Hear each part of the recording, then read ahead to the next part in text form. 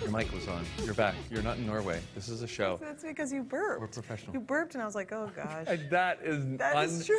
unprovable. Well, I'm just saying that's what happened. Good to see you. A few weeks ago, an app called TreeSnap popped up in the news. So the idea is that people can take pictures of trees and then answer a few questions, and that can actually help researchers who are studying tree health. Fascinating. So are there any other apps out there that can help other people? Turns out yes, and our tech producer found a few more worth checking out. So here is Christian Unser. Thank you very much. Did you write it that way so that you would have a dramatic I did. entrance? I also used a blow dryer today, and I haven't done that since high school, and things are like really poofier than I expected.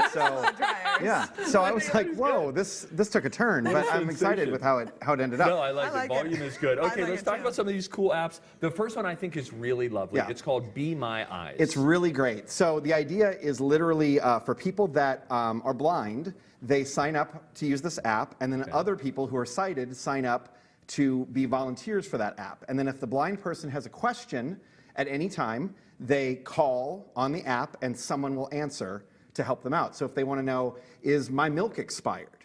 Oh, wow. They can just call and someone will look at it through their camera and say, yeah, that's expired.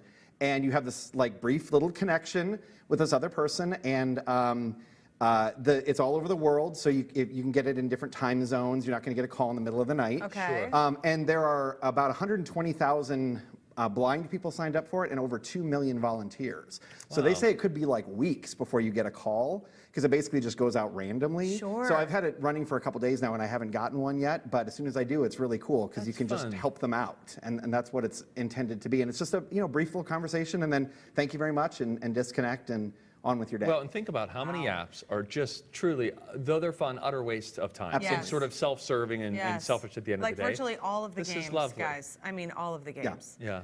So it's a really neat usage of the technology and the way to great. make that connection. I think that's fantastic. Okay, let's talk about Charity Miles. What is this one? So you know those runs where people say, like, if you pledge 100, I'm going 100 miles. Yeah. You know, pledge $1 per mile. Yeah, Right, I'm trying to get to $500 or exactly. So what this does is this is an app that they've partnered up with a bunch of different charities, and whenever you're doing any sort of outdoor activity, you can run this app and it will donate to the charity of your choice in the list that they have. So if you're going on a walk, if you're doing your daily exercise, if you're running a 5K. Where's the money coming from? So that's all just coming from companies that have donations as part of, like, large companies that have donations as part of their mission or whatever they're doing.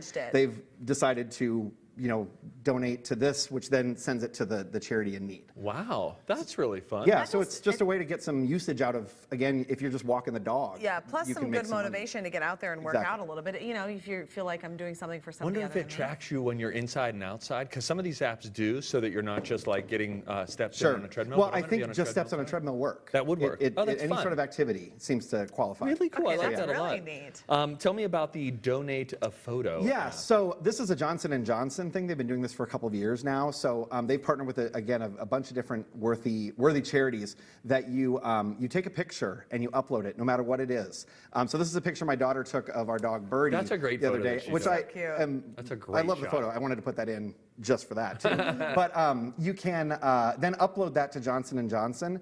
Once per day, they'll donate $1 to a charity if you upload that photo. And then there's an online gallery of all the photos that people have uploaded to this service. And it's basically, again, just a way for them to kind of have a visual representation of some charitable giving that they're doing anyway. Yeah. Sure. But you can go on there, you can look at all these photos. They're supposed to be like family friendly, but it can be a selfie, it can be a picture from Norway, it can be anything you want.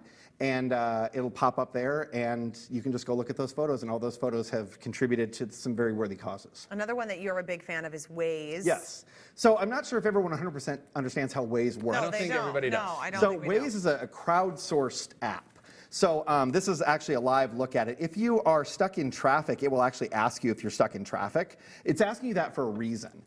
So if you report that you are in traffic, then that report goes out to other people who are using Waze around you. So are you allowed to do this while you're driving? Well, they used to have like a triple tap way to do it so that you could kind of do it without looking. Now they've enabled voice commands to do it, so you can do it with your voice. Great. But the idea is also, if you're just sitting in traffic, you can like tap that thing and say, I'm in traffic.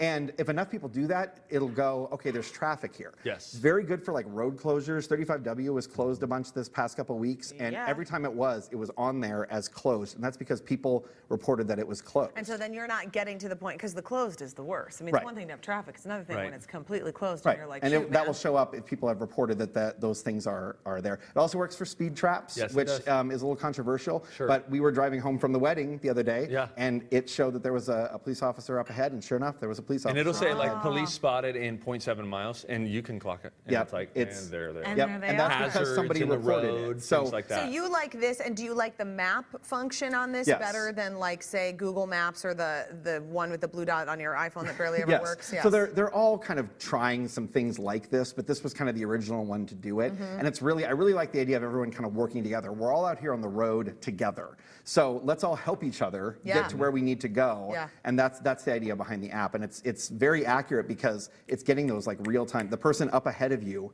reported that something was going on, and then you're driving right into cool. it. If you're Steve, I mean, you're on the road. Or, So long. Yeah. I've used Waze. He's a before. power user. That's right. Wow. Yeah, it's free for me. So it's free for everybody. Yeah, it's free for I know, Great. but it's free for me. Everyone. Thanks, For Christian. links to all of these applications, you can go to twincitieslive.com and click on Fun, because helping other people is Fun.